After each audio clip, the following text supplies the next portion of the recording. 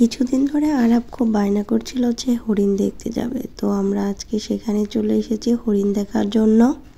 Hello everyone, কি অবস্থা? সবাই কেমন আছেন? আশা করি সবাই ভালো আছেন। তো দুই ছেলেকে নিয়ে চলে আসলাম ঘুরতে, কারণ তাদের আবদার মেটানোর জন্য ঘুরতে চলে এসেছি।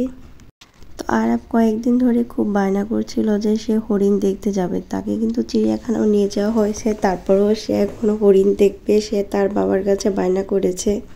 তো তার আব্বু তাকে বলেছে যে হরিণ দেখতে নিয়ে আসবে। তো আমরা চারজনে মিলে চলে এসেছি হরিণ দেখার জন্য। তো এখানে অনেকগুলো হরিণ ছিল, ছোট ছোট হরিণ ছিল এবং বড় হরিণও ছিল, দেখতে অনেক সুন্দর লাগছিল।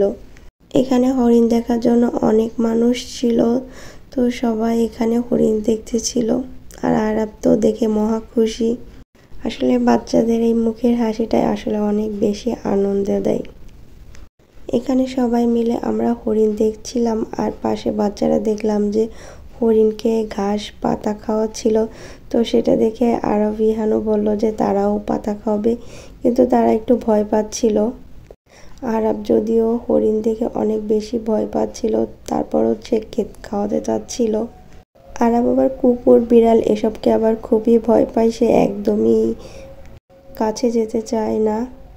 আমি সিঁড়ি বেয়ে এখানে দোতলায় চলে গিয়েছিলাম, তো সবার পাতা খাওয়ানো দেখে আমারও একটু খাওয়াতে ইচ্ছা করলো, তো আমিও কিছু পাতা নিয়ে এসেছিলাম হরিণদের খাওয়ানোর জন্য।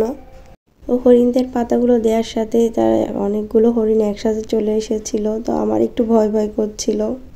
এখানে অনেকেই হরিণদেরকে পাতা খাওয়াচ্ছিল, তো আমিও খাওয়াচ্ছিলাম। এদিকে ছোট্ট একটা হরিণ এসেছিল পাতা খাওয়ার জন্য। এখানে ছোট ছোট বাচ্চারাও হরিণদেরকে খাওয়াচ্ছিল, মনে হচ্ছে হরিণগুলো অনেক দিন ধরে না খেয়ে আছে। এখানে অনেকগুলো হরিণ ছিল, এখানে প্রায় 10-15টা হরিণ ছিল, হরিণের বাচ্চাও ছিল।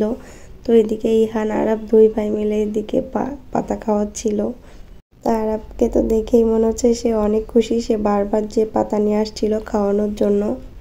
তো ওখান থেকে আমরা বের হয়ে চলে এসেছি, এসে দেখলাম রাস্তায় ফুচকার দোকান।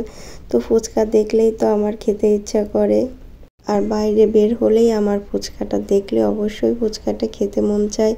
তো আমরা চলে এসেছি ফুচকা খাওয়ার জন্য। এদিকে দুই ভাইকে আমি ফুচকা খাইয়ে দিচ্ছিলাম, আর আরব এখানে তো মজা করে বসে আছে।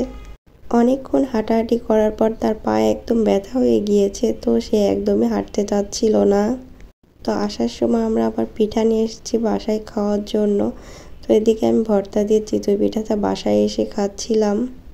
আর শীতের সময় ভর্তা দিয়ে চিতই পিঠা খেতে কিন্তু অনেক বেশি মজা লাগে। তো যারা সাবস্ক্রাইব করেছেন তাদেরকে অসংখ্য ধন্যবাদ, আর যারা সাবস্ক্রাইব করেনি অবশ্যই সাবস্ক্রাইব করবেন। সবাই ভালো থাকবেন, আল্লাহ হাফেজ।